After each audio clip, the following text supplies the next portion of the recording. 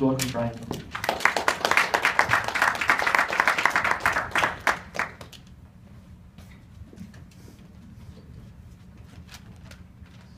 So I will be evaluating fellow nerd Aaron, who this is your second time going through the conflict communicator. So he was doing speech number 2, which is all about organizing your speech.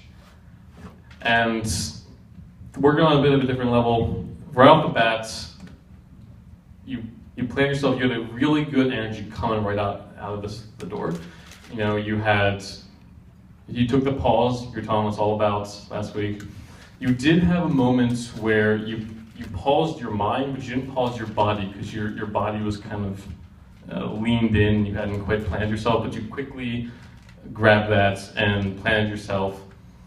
And your eye contact throughout most of your speech was pretty good. You were sustaining. I could see you looking throughout. Occasionally you would have sort of a spontaneous glance over, and then you would have a lot of blinking followed that.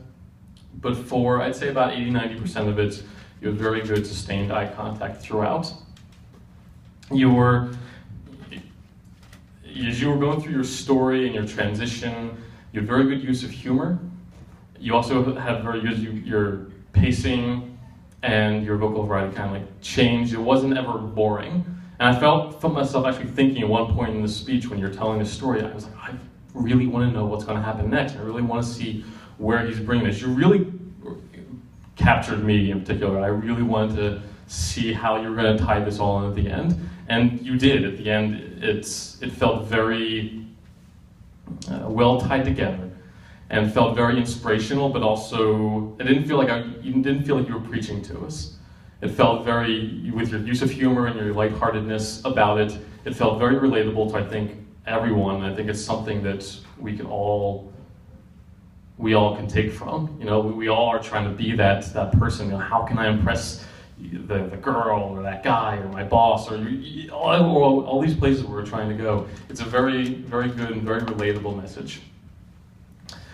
One other place that I would say that I feel like your conclusion went a little past the peak.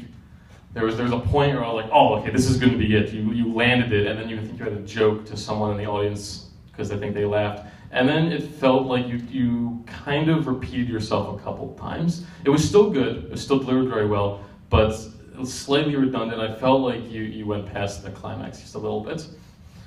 But other than that, excellent topic, very relatable, very good, well delivered.